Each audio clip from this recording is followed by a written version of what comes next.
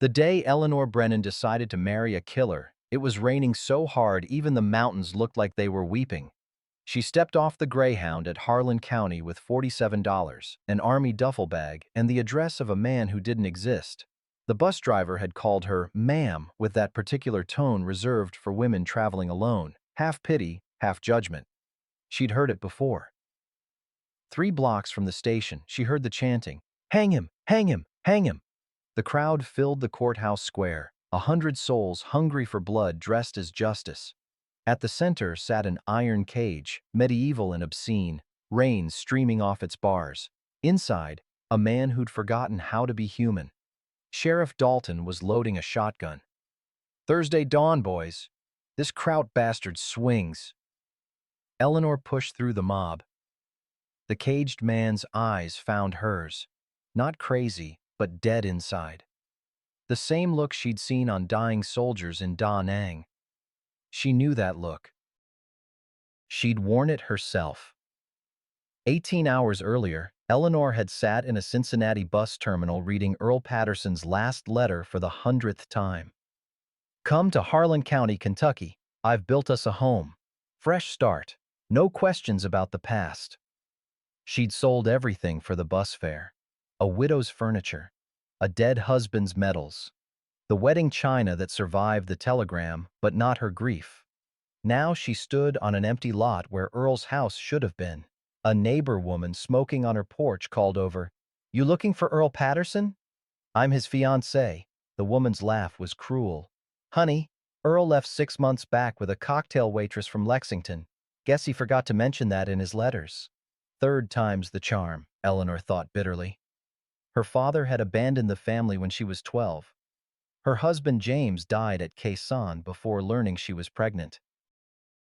The miscarriage came 2 weeks after the telegram. Shrapnel infection from Vietnam left her barren. And now Earl, who'd promised sanctuary, was just another man who disappeared. She'd walked to the diner hoping for coffee and a plan.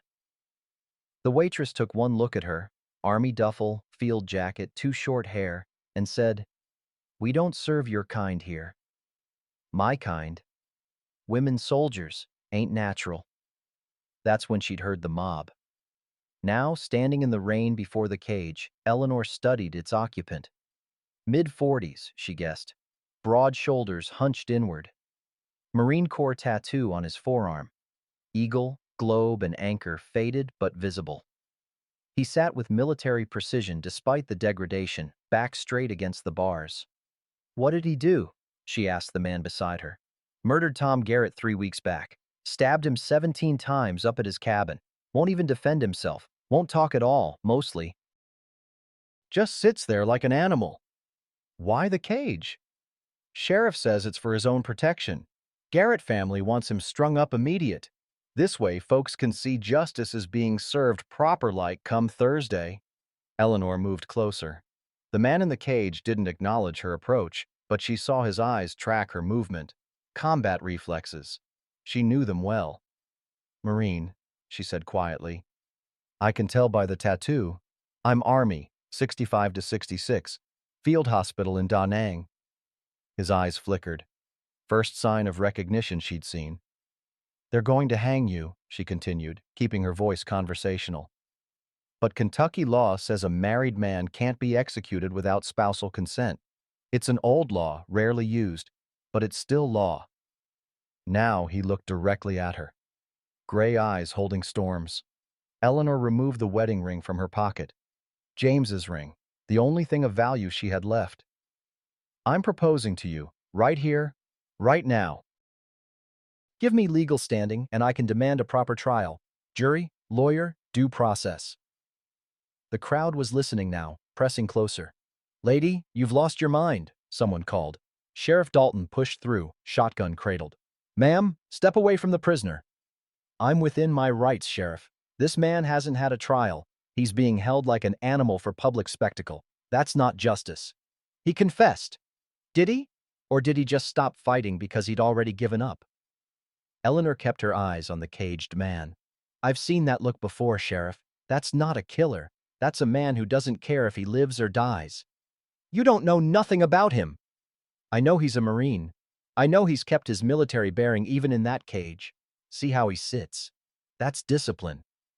I know someone failed him long before he failed your town. She raised her voice so the crowd could hear. And I know hanging a man who won't speak to defend himself ain't justice. It's murder dressed in legal robes. The sheriff's face went red. You got 10 seconds to step back before I arrest you for obstruction. Eleanor held up the ring. Or what? You'll cage me too. I'm a veteran, Sheriff. Army Nurse Corps. You want to explain to the papers why you're caging veterans now?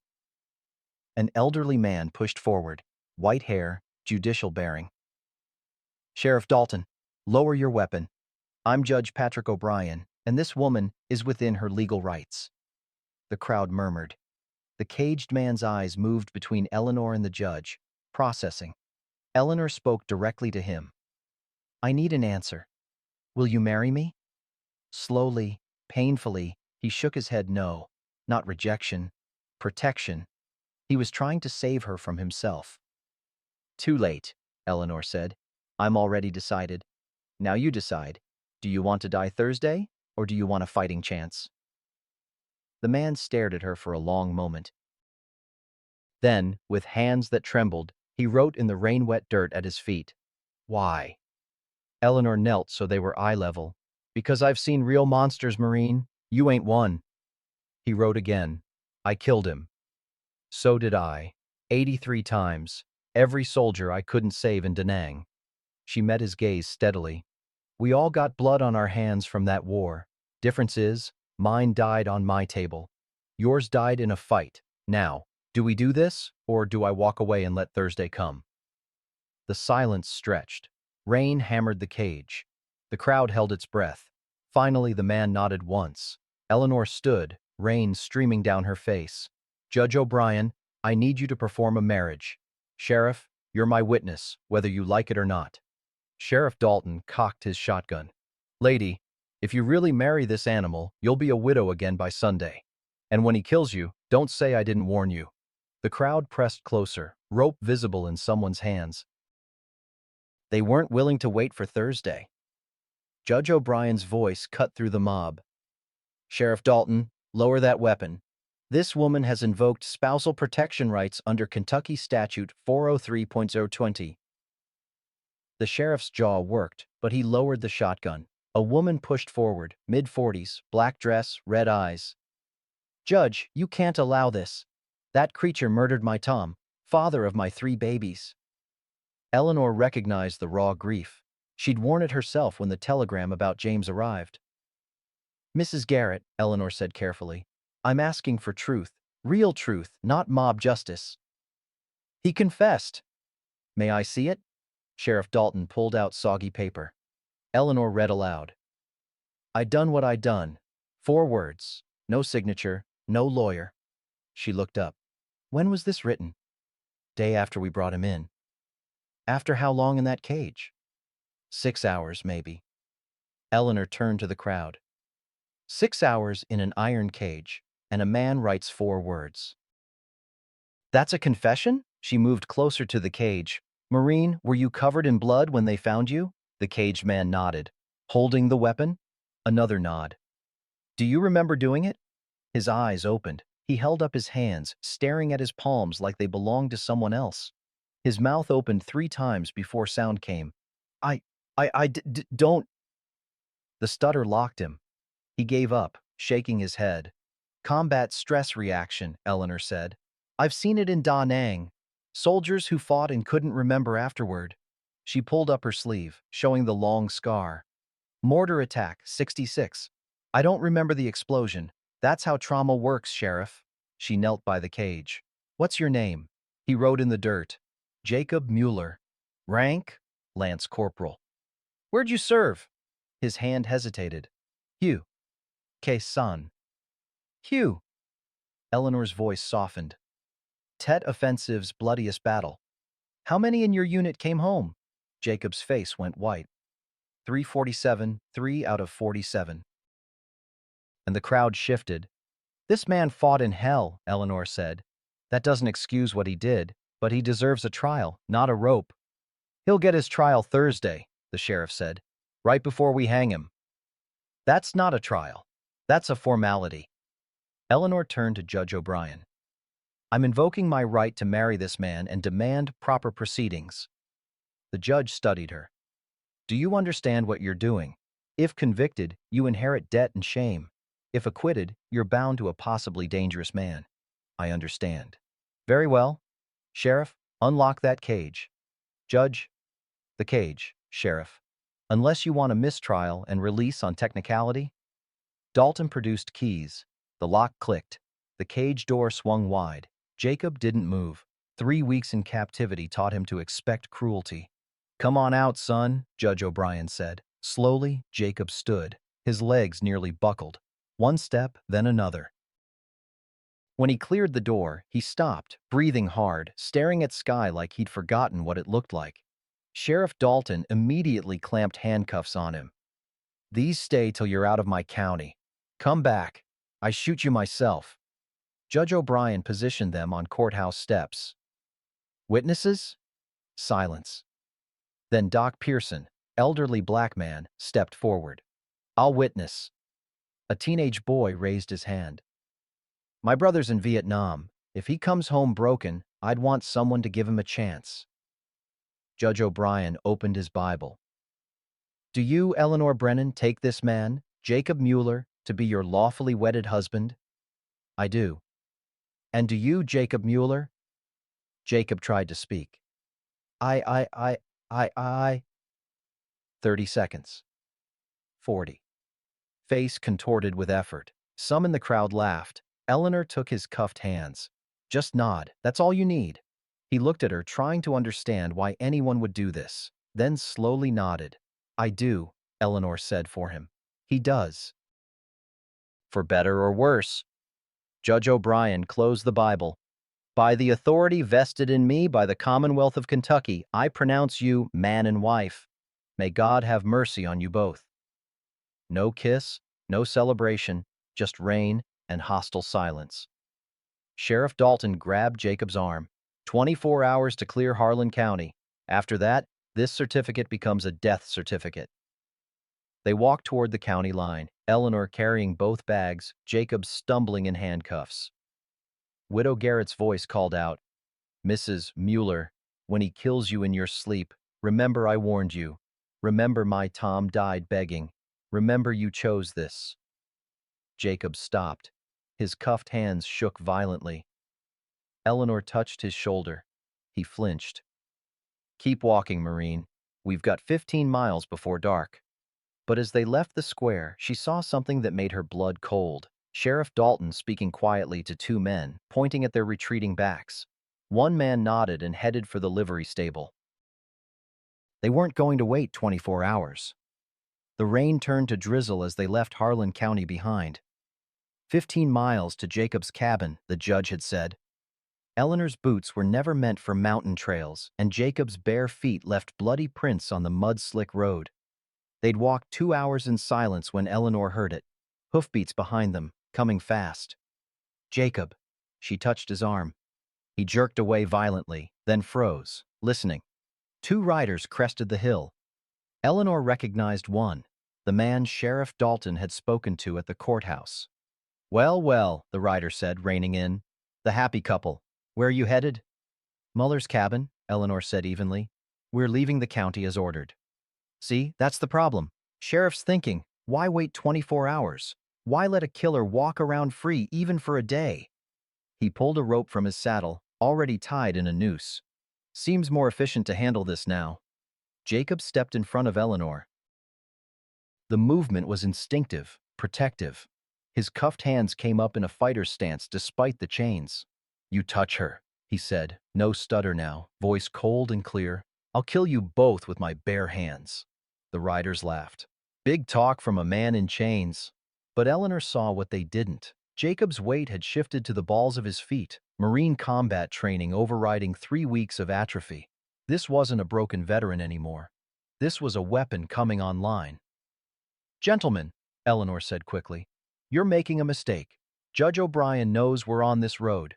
Doc Pearson knows. That boy who witnessed our wedding knows. You string us up, it's not justice. It's murder. and you'll hang for it.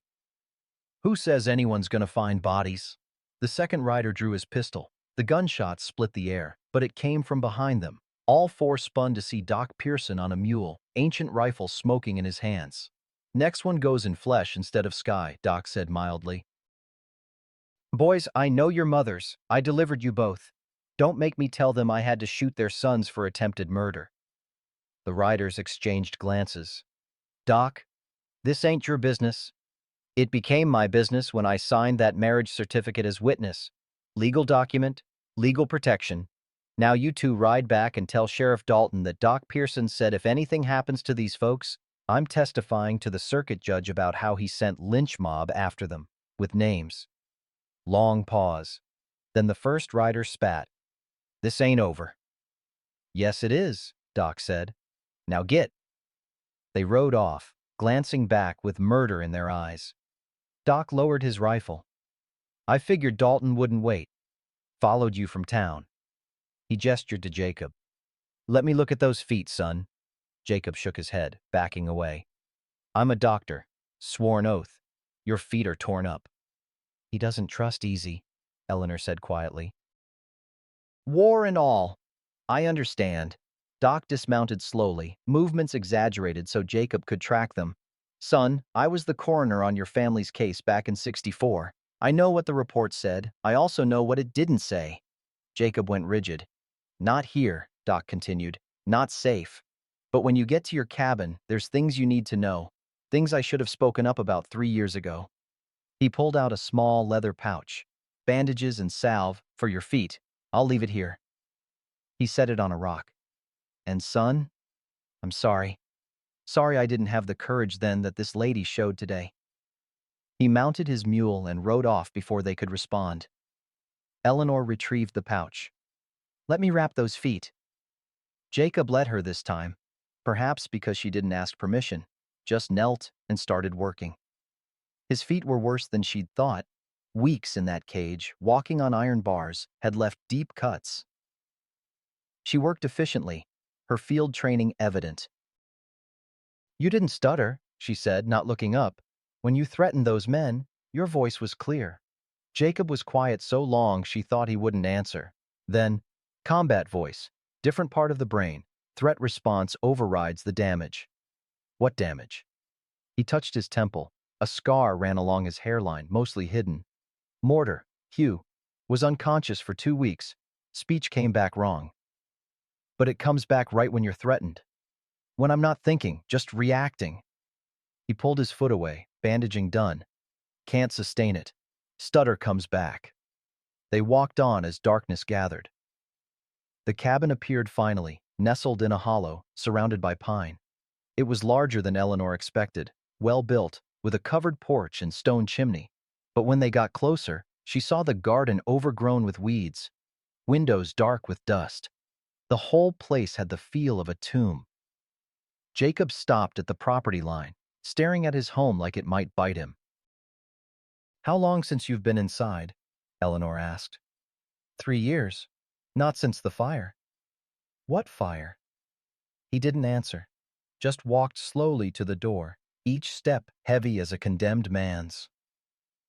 The door wasn't locked. Inside, everything was dust-covered but intact, and on the wall, visible even in the dimness, children's drawings, small shoes by the door, a family photo showing Jacob, younger, smiling, with a beautiful woman and 2 children. Eleanor's breath caught. Jacob, where are they? He walked to the fireplace mantel. 3 wooden boxes sat there, hand-carved. He opened the first with shaking hands. Inside, a lock of blonde hair, a child's drawing, a small toy horse. The box had burned edges. He opened the second. Brown hair, baby's booty, spelling homework, also burned. The third, woman's locket, wedding ring, sheet music, burned. Each box had dates carved in the lid. Eleanor read them and understood why Jacob Mueller had been living in a cave for 3 years. His entire family had died in a fire. While he was at war, Eleanor lit a lamp with matches from her bag. The cabin emerged from shadow, well-built, loved once, now a mausoleum. The boxes on the mantel held the ashes of Jacob's world. "Tell me," she said quietly. Jacob stood motionless, staring at the boxes. When he finally spoke, the words came haltingly. "Sarah. My wife. Michael, 8 years old. Anna, 5. March 15th, 1964. How? Fire. I was at Quezon. Got telegram. House fire. No survivors. Come home immediately. By the time I got stateside, they were already buried." Eleanor waited, giving him space. "Sheriff's report said faulty wiring. Accidental. I was in hospital for 2 months after." He touched the scar on his temple. "Shrapnel. When I got out, came here. Found this." He knelt, pried up a floorboard with practiced ease, pulled out a small metal box. Inside, a partially melted gasoline can. "Found it in the bedroom rubble," Jacob said. "Gasoline. Not wiring." Eleanor's blood went cold. "Someone set the fire deliberately.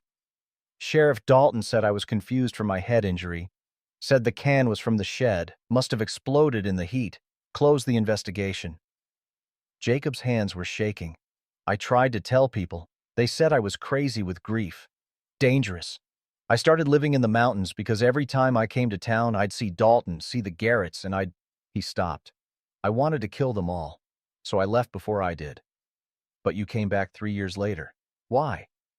Jacob opened another floorboard, pulled out a journal. "Found this last winter. Sarah's diary. Last entry, 2 days before the fire. Big Jim Garrett came by again, offered $2,000 for the land. I told him no. He said I'd regret it. That Jacob was off playing soldier while real men built things. He scared me." Eleanor took the journal with reverent hands. Sarah's handwriting was neat, feminine. The entries painted a picture of a strong woman, a loving mother, and growing fear of Jim Garrett. "This land sits on coal," Jacob said. "Sarah bought it from Garrett in '63 with money her father left her. Garrett was furious, a woman outbidding him. After the fire, he tried to claim the land back, but I still owned it. Military service protected it under federal law. So he waited for you to come home broken and vulnerable. Sent his son Tom to convince me to leave." Jacob's face went gray. "Tom came here March 15th, anniversary of their deaths. I was making a toy horse for Michael, like I did every year. To remember. Tom saw it, asked what it was. I told him. He said—" Jacob's breathing quickened. Eleanor recognized the signs. "He said my kids were probably glad they died. Said better to burn than grow up with a kraut coward for a father." Jacob's voice cracked. "I asked him to leave. He pulled something from his jacket. I saw metal.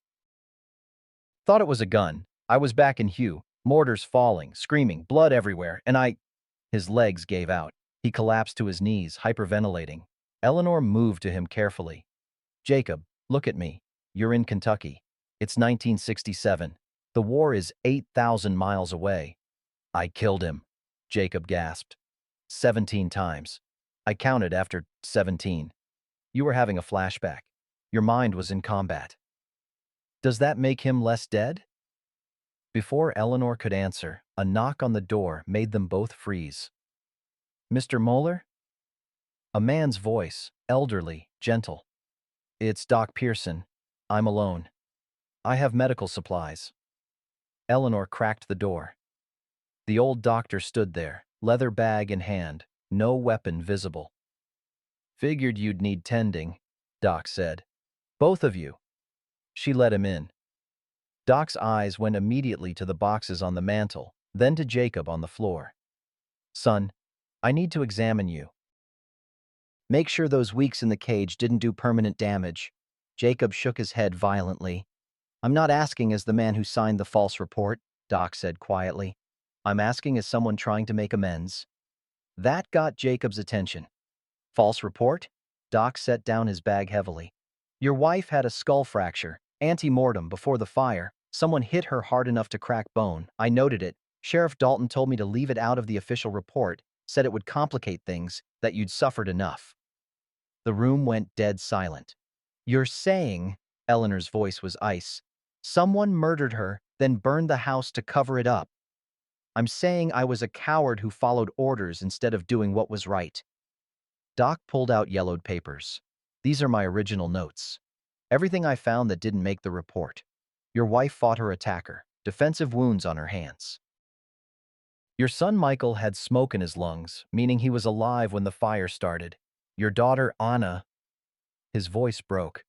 Anna was found in the closet, hiding. Jacob made a sound like an animal dying. I kept these notes for 3 years, Doc continued. Couldn't sleep, couldn't look at myself. Then today, seeing that woman stand up for you when the whole town wanted you dead, I realized I had to speak. Who? Jacob's voice was barely human. Who killed them?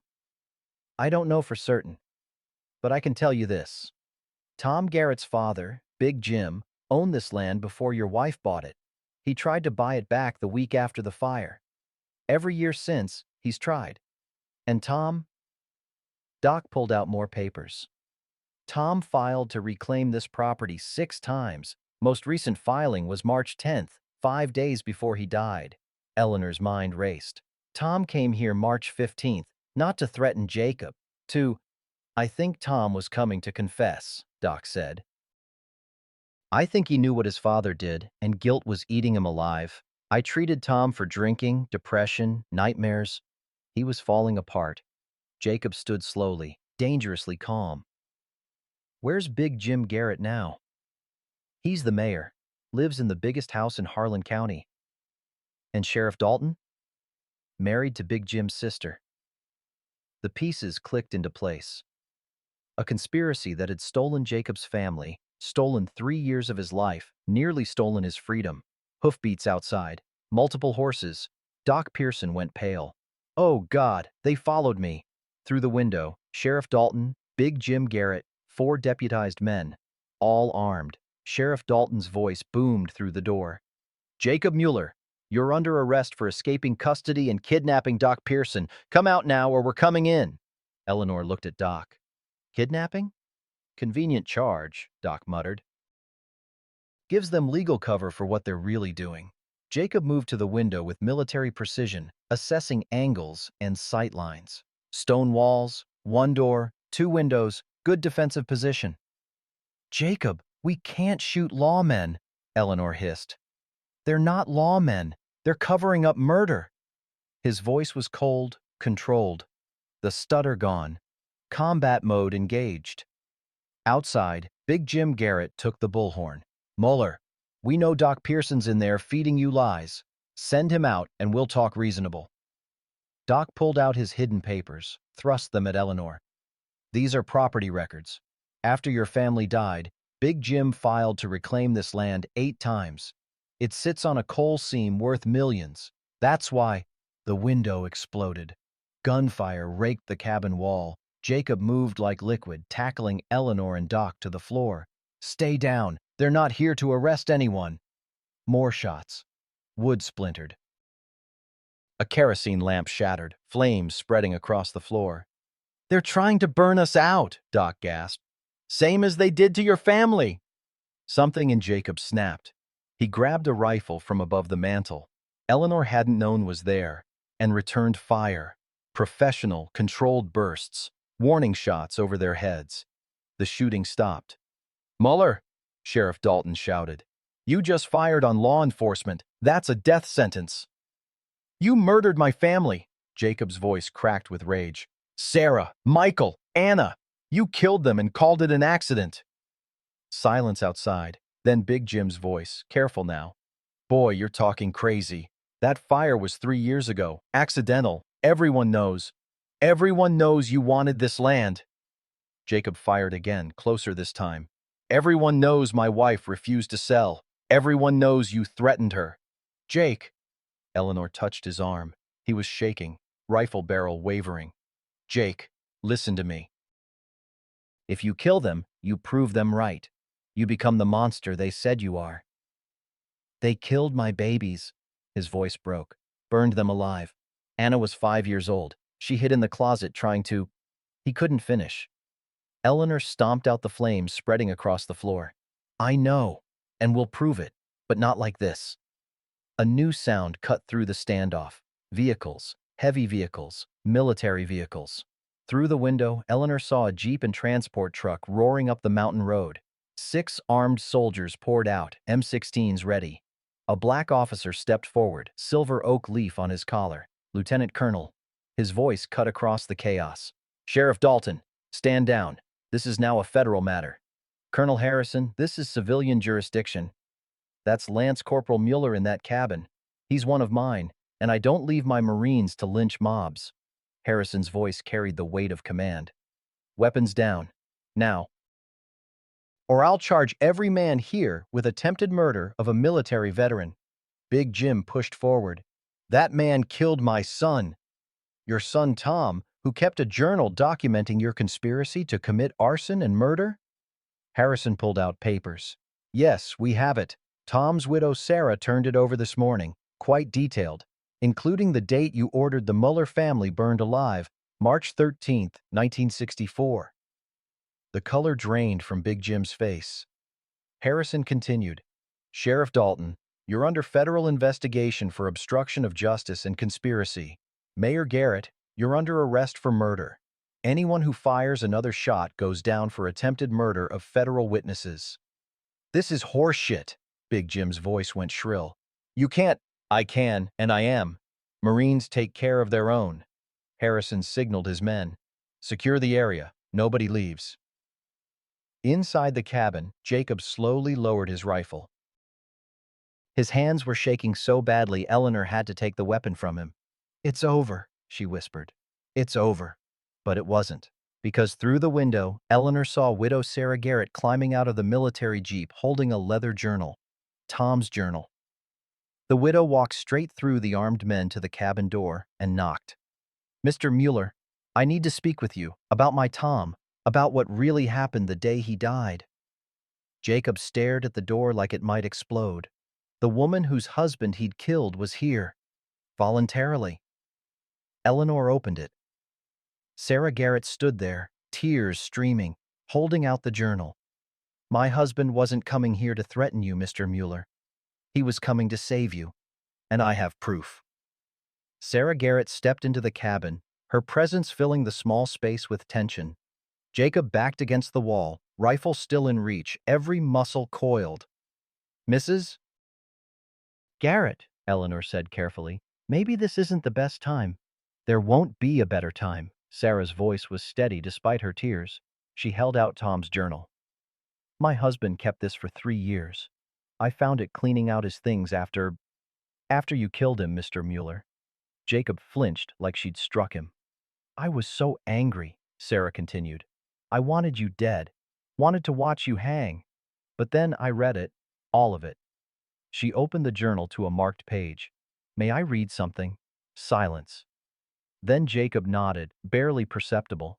Sarah's voice shook as she read. March 10, 1967. Pa told me today what really happened to the Mueller family. Not an accident like everyone says. He planned it, paid someone to do it while Jake was overseas. Said it was just business, just land. But it was murder. 3 people, a woman and 2 babies. And I've known for 3 years and said nothing. God forgive me, I'm a coward like my father's a monster. Doc Pearson made a small sound of vindication. Eleanor felt sick. Sarah turned pages. March 12th. Can't sleep. Can't eat. See that little girl's face everywhere. Anna was her name. 5 years old. Sarah Mueller begged my father not to take her land. I saw the letters in Pa's desk. She was terrified. And he killed her anyway. Killed them all.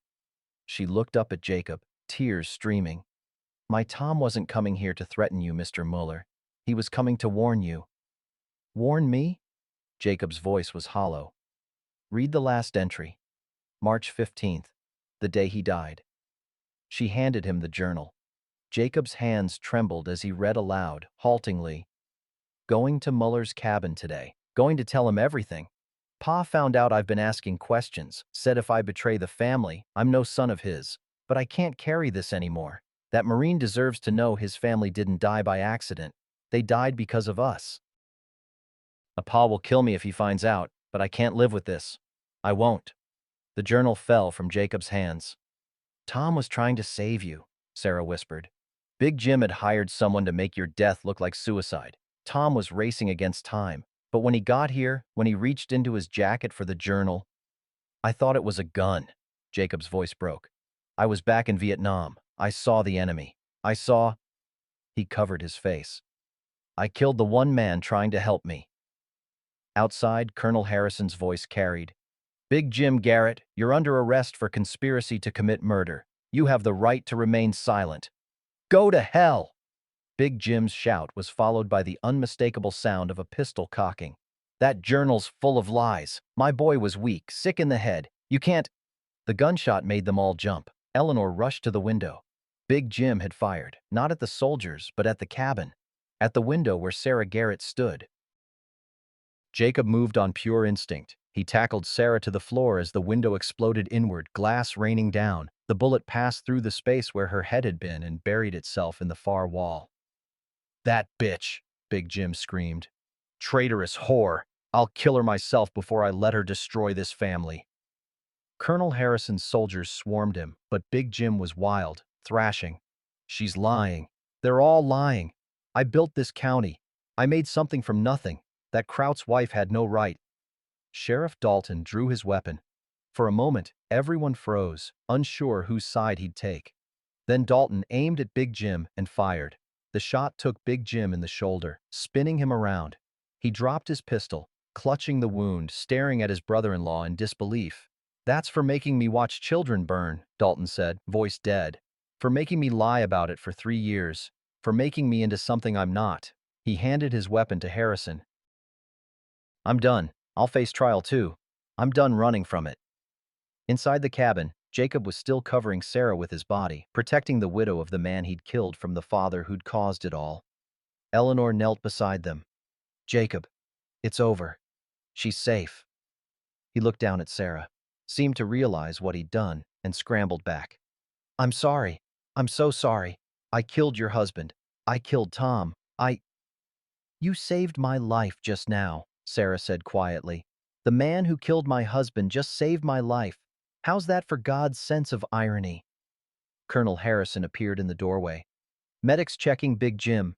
He'll live to stand trial. Sheriff Dalton's in custody. He looked at Jacob. Son, you need to come with me. Federal protection until this gets sorted. Am I under arrest? You fired on civilian law enforcement. Technically, yes. Practically? Harrison glanced at the bullet hole in the wall, the shattered window.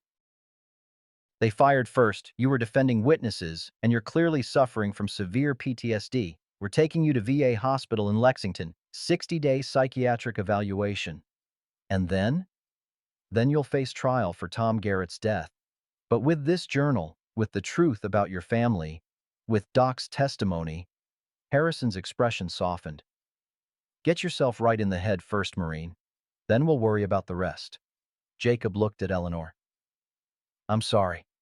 I know this isn't what you signed up for. Shut up, Eleanor said.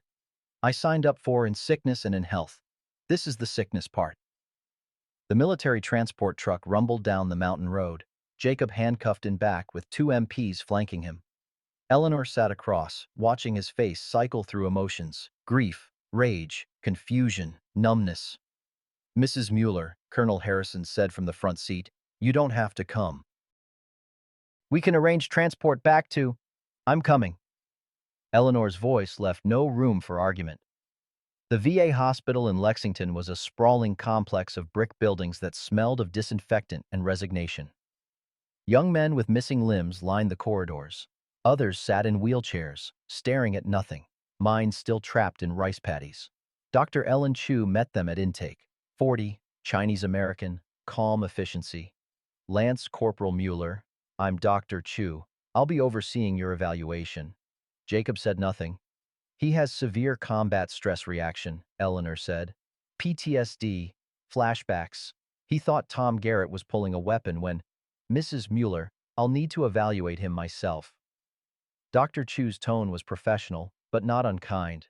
You can visit during designated hours. Right now, he needs medical assessment and stabilization. They took Jacob through double doors. He looked back once at Eleanor, something desperate in his eyes, then disappeared.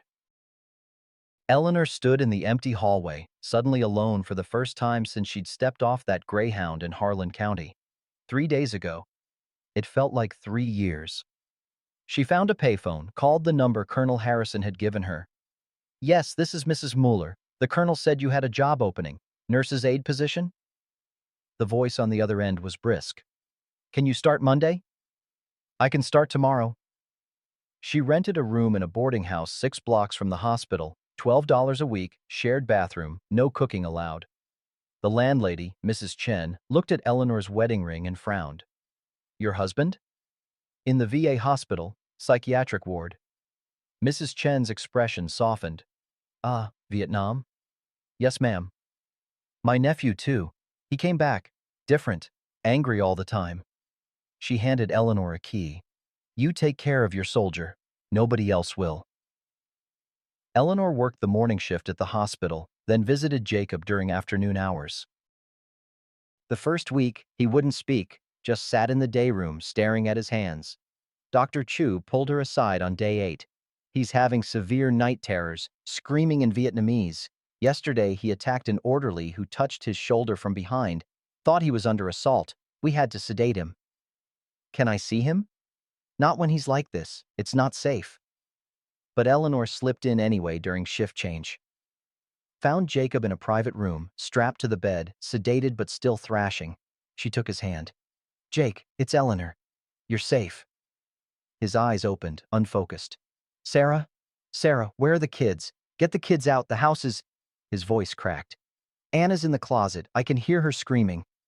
"Jacob, listen to my voice. Your family isn't in the fire. They're gone.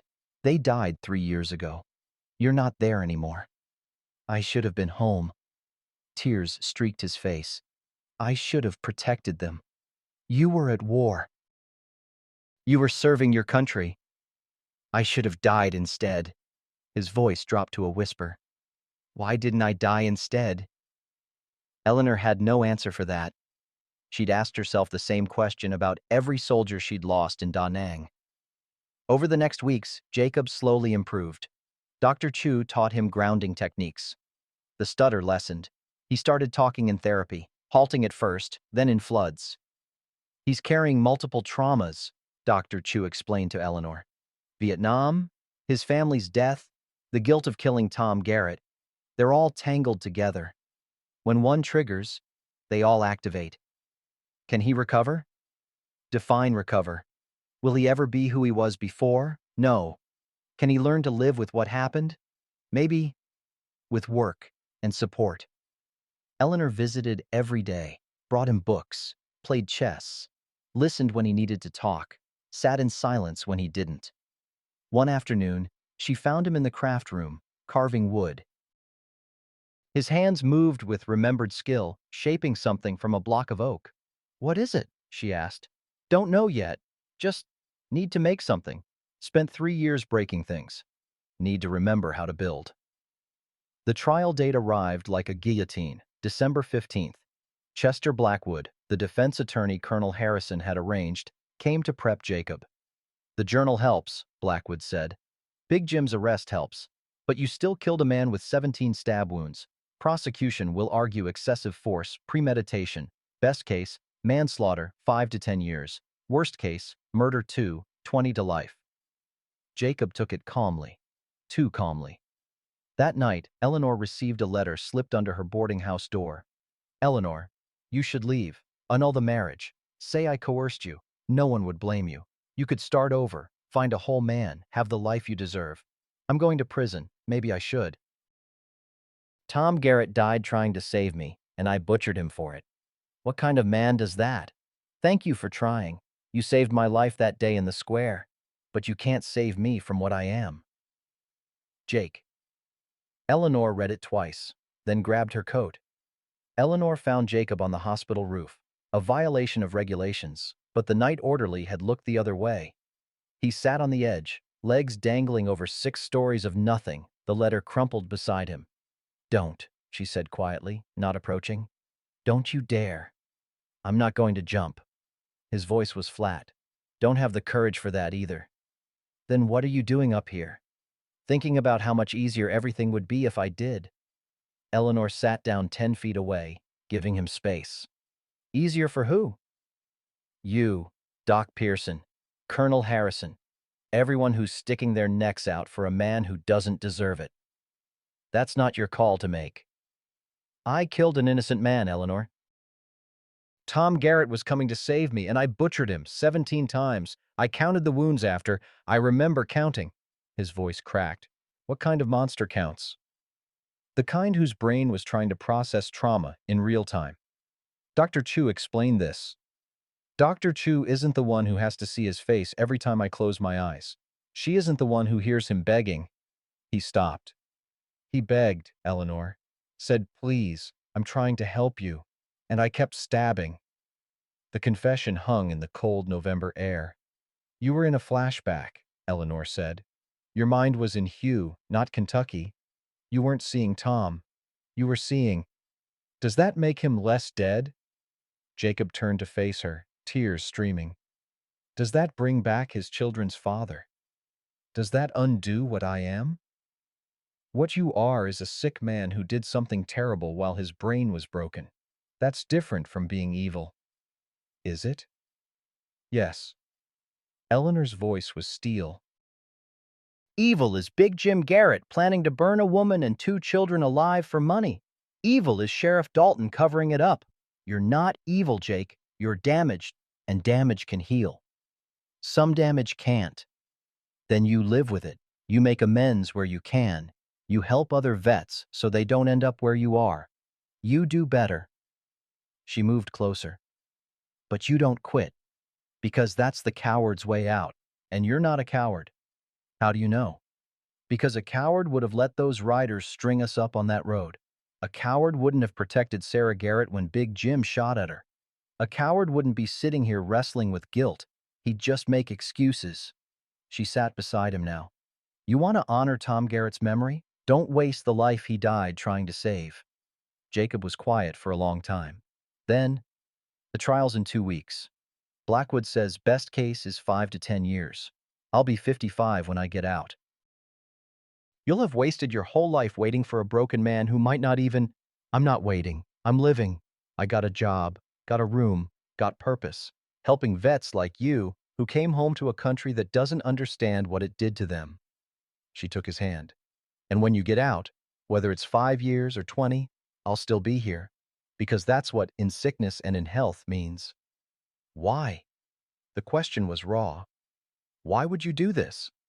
Because in Da Nang, I had to choose who lived and who died every single day. I chose based on rank, injury severity, strategic value. I let an 83 boys die because I had to prioritize. Her voice shook. You want to know why I married you? Because for once, I could choose to save someone without calculating their worth first. I could just say, this person deserves to live and fight for it. You gave me that. They sat in silence, the city lights of Lexington spreading below them. I made you something, Jacob finally said. He pulled a small carved object from his pocket, a bird in flight, wings spread, every feather detailed. It's a mourning dove. They mate for life. Even when one dies, the other keeps calling for them. He pressed it into her hand. I'm still calling for Sarah and the kids. I always will be. But I'm also here, with you, if you'll still have me. Eleanor closed her fingers around the carving. I'll have you. Even if I go to prison? Even then. Even if the nightmares never stop? Even then. Even if I'm never whole? Jake, I can't have children. I wake up smelling blood. I see dying boys every time I close my eyes. I'm not whole either. She leaned her head on his shoulder. Maybe 2 broken people can make 1 functional life. He made a sound between a laugh and a sob. That's a hell of a marriage pitch. It's an honest one. They sat until dawn broke over the mountains, 2 veterans holding each other against the cold, against the past, against the uncertain future. When they climbed back down, Dr. Chu was waiting. The prosecution just called. They want to meet. They're offering a deal. Chester Blackwood laid out the offer in the hospital conference room. Involuntary manslaughter, guilty plea, time served, plus 2 years supervised probation, Mandatory psychiatric treatment. No prison time. Eleanor's heart leaped. Why? Why the sudden? Helen Garrett came forward with more evidence. Recordings of Big Jim planning the fire, Sheriff Dalton's testimony, and Sarah Garrett wrote a letter to the prosecutor. Blackwood slid it across the table. She's asking for mercy. Jacob read slowly, lips moving. My husband Tom carried guilt for 3 years over what his father did. That guilt killed his spirit long before Mr. Mueller killed his body. Tom was trying to make things right when he died. The greatest honor I can give my husband's memory is to finish what he started, giving Jacob Mueller the truth and the chance to heal. I don't want vengeance. I want my children to grow up in a world where broken men get help instead of nooses. There's a catch, Blackwood said. You have to testify against Big Jim. Full testimony about what happened to your family, what happened with Tom, everything. The prosecutor wants to make an example. Show that powerful men can't murder and cover it up. When's the trial? January. Big Jim's charged with 3 counts of first-degree murder for your family, conspiracy, obstruction. He's facing death penalty. Jacob looked at Eleanor. If I testify, they'll tear me apart, make me look crazy, unreliable. Let them, Eleanor said. Tell the truth. That's all you can do. December 15th, 1967. Harlan County Courthouse. The gallery was packed, standing room only, overflow crowd on the courthouse steps, listening through open windows despite the December cold. Half the county had come to see Jacob Mueller's fate decided. Eleanor sat in the front row, directly behind the defense table. Jacob wore his Marine dress uniform, Colonel Harrison's idea. Remind them who he was before the war broke him. The jury filed in. 8 men, 4 women, all white, all local. Ages ranged from 30 to 70. Eleanor studied their faces, looking for sympathy. Found mostly stone. Judge O'Brien banged his gavel. The Commonwealth of Kentucky versus Jacob Mueller. The defendant is charged with involuntary manslaughter in the death of Thomas Garrett, Jr. How does the defendant plead? Chester Blackwood stood. Guilty, Your Honor, but with mitigating circumstances we ask the court to consider. A murmur rippled through the gallery. Guilty plea meant no lengthy trial, just sentencing arguments. District Attorney Morrison stood, smelling political opportunity. Your Honor, the Commonwealth requests maximum sentencing. This defendant brutally killed Thomas Garrett with 17 stab wounds. In the midst of a PTSD flashback, Blackwood interrupted, Lance Corporal Mueller has been diagnosed with severe combat stress reaction. He believed he was defending himself against enemy combatants. Convenient excuse, Morrison sneered. How do we know he's not faking? Vietnam vets are using this shell-shock defense all over the country. PTSD is real, Counselor, Judge O'Brien said sharply. I saw it in my boys after the Great War. We called it different names then, but the symptoms were identical. Proceed with your arguments, but leave your skepticism at the door. Morrison shifted tactics. Even accepting his mental state, Your Honor, the force used was excessive. 17 stab wounds. The victim was found with defensive wounds, suggesting he tried to flee or surrender, or was reaching for evidence to help the defendant, Blackwood countered. He held up Tom Garrett's journal. This document proves Thomas Garrett was attempting to confess his father's crimes. He was reaching into his jacket for this journal when Lance Corporal Mueller, in the grip of flashback, perceived the movement as a weapon draw. Morrison scoffed. That's pure speculation. It's supported by widow Sarah Garrett's testimony, by Tom's own written words, and by the defendant's consistent description of events once his mental state stabilized. Judge O'Brien studied the journal. I've read this. It's damning evidence against James Garrett Sr., but it doesn't change the fact that Thomas Garrett died by this defendant's hand. No, Your Honor, but it provides context. Blackwood called his first witness. The defense calls Dr. Ellen Chu. Dr. Chu took the stand, composed and professional. She explained PTSD in clinical terms. The brain rewires itself for survival in combat zones. Hypervigilance, threat assessment, fight-or-flight responses become automatic. When Lance Corporal Mueller encountered sudden movement combined with verbal aggression on the anniversary of his family's traumatic death, His brain didn't process man reaching for journal. It processed enemy combatant drawing weapon. His response was automatic, not conscious. Morrison's cross-examination was aggressive. Doctor, isn't it possible the defendant is simply malingering, faking symptoms to avoid responsibility? I've evaluated over 200 combat veterans, counselor. Lance Corporal Mueller's symptoms are consistent, severe, and impossible to fake for 6 months straight. His night terrors, his hypervigilance, his physiological responses to triggers, these are genuine. But he remembers killing Tom Garrett. He counted the wounds. Doesn't that suggest consciousness? Consciousness returned after the flashback ended. That's common. The patient wakes up to find they've done something their rational mind would never do. The guilt is devastating. Next witness, Colonel Harrison. His testimony carried weight. Decorated officer, no stake in the outcome except loyalty to his Marines. I've known Jake Mueller since '62, Harrison said. Solid Marine, brave, disciplined. He survived Hugh when 44 of his brothers didn't.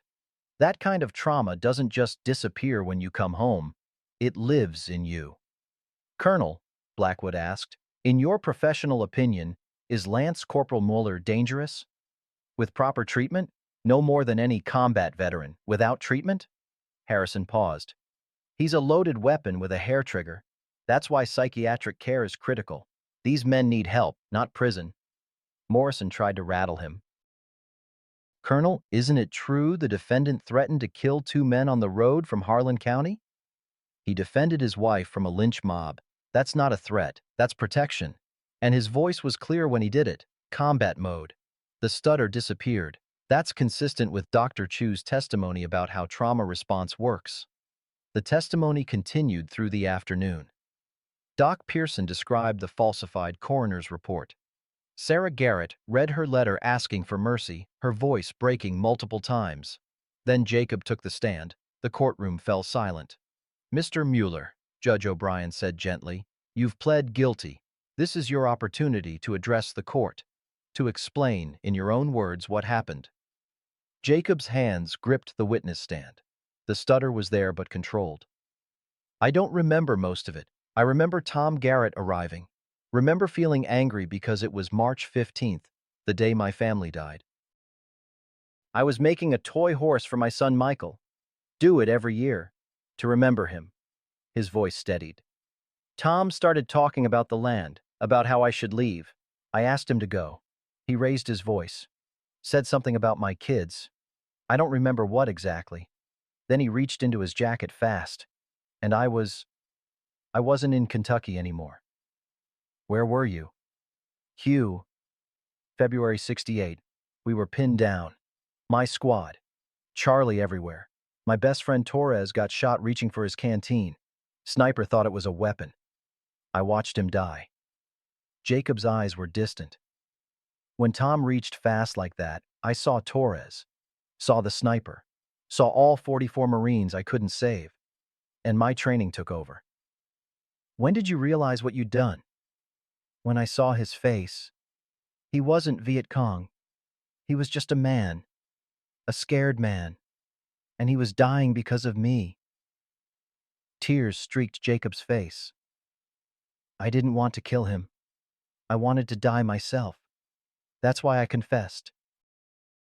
Why I didn't fight the charges? I thought I deserved to hang. Do you still think that? Long pause. I think Tom Garrett deserved to live. I think his kids deserved their father. I think I destroyed a family the same way mine was destroyed. Do I deserve to hang? He looked at Eleanor. My wife says no, says I deserve a chance to do better, to help other vets. I don't know if she's right, but I'm willing to try, if the court allows it. The closing arguments were brief. Morrison pushed for maximum sentence. Blackwood argued for mercy plus treatment. Judge O'Brien called recess to deliberate. 2 hours later, the court reconvened. Jacob Mueller, please rise. Judge O'Brien's face was grave. You've pled guilty to involuntary manslaughter. You've expressed genuine remorse. The evidence suggests severe mental impairment at the time of the killing. However, a man is dead. Justice requires accountability. Eleanor held her breath. I hereby sentence you to time served plus 5 years supervised probation. You will continue psychiatric treatment at the VA hospital. You will perform 500 hours community service helping other veterans. You will check in monthly with your probation officer. Violate any term, and you'll serve 10 years in state prison. Do you understand? Jacob's voice was barely audible. Yes, Your Honor. Then you're free to go. And son, make Tom Garrett's death mean something. Help the boys coming home so they don't end up where you did. The gallery erupted, some cheering, some outraged. Eleanor pushed through to Jacob, who stood frozen, unable to process that he was free. It's over, she whispered. You're coming home. Outside, Sarah Garrett waited. She approached slowly, her children behind her. Mr. Mueller, she said quietly, my children wanted to meet the man who killed their father. Jacob went pale, but the oldest child, a boy of 10, stepped forward. Mama says you were sick, says you didn't mean to, says Daddy was trying to help you. Your father was brave, Jacob managed. Braver than me. He tried to do the right thing, and Mama says we should forgive you, because Daddy would want that. The boy's voice trembled. I don't know if I can yet, but maybe someday. That's all I can ask, Jacob whispered. They walked away, and Jacob collapsed against Eleanor, sobbing. I'm free. Why am I free when Tom's dead? Because you get to live for both of you now, Eleanor said. You get to be the man he died trying to save. Now, folks, you might be wondering, did Jake and Ellie really live happily ever after? Well, life ain't a fairy tale. They went back to that cabin in the mountains, fixed it up real nice over the next year. Jake built a workshop, started making furniture for folks in town. Every piece signed J.M., standing for both Jacob Mueller and Just Made, depending on who you asked. Ellie kept working at the VA hospital, became one of the best psychiatric nurses in Kentucky. They said she understood something doctors couldn't learn from books, what it felt like to carry the weight of the dead. Jake's nightmares never fully stopped.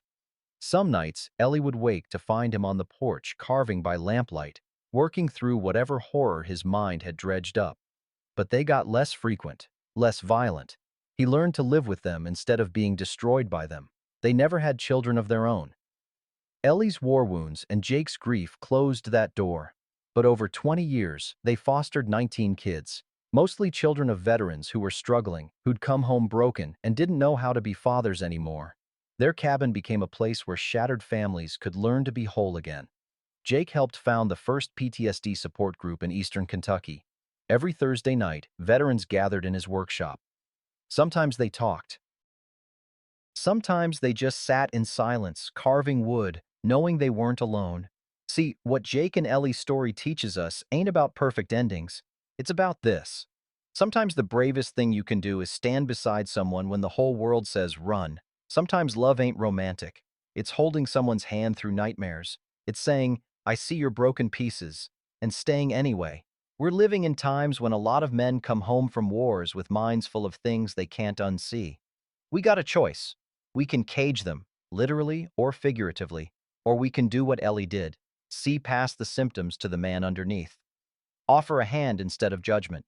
If you're listening to this and you're struggling, whether from war, from loss, from guilt you carry, know this: you ain't beyond saving. You ain't beyond love. Jake Mueller thought he was a monster in a cage. Turned out he was just a man who needed someone to believe in him. And if you're the person standing outside someone else's cage, trying to decide whether to walk away or step closer. You might just save a life. Hell, you might save two. Last time I drove past that cabin, must have been 1985 or so. There was a sign on the workshop, Mueller Son Woodworking. Turns out, one of those foster kids stayed, grew up calling Jake Pops, learned the trade, carried it forward. That's how you kill monsters, friends. You don't shoot them or hang them. You love them back to human. If this story touched something in you, share it with someone who needs to hear it. Someone in their own cage, literal or otherwise. Maybe you'll be someone's Ellie, someone's reason to hope. Take care of each other out there. And remember, the bravest battles are often the quietest ones. fought in the middle of the night, in hospital rooms, in the spaces between despair and dawn. Until next time.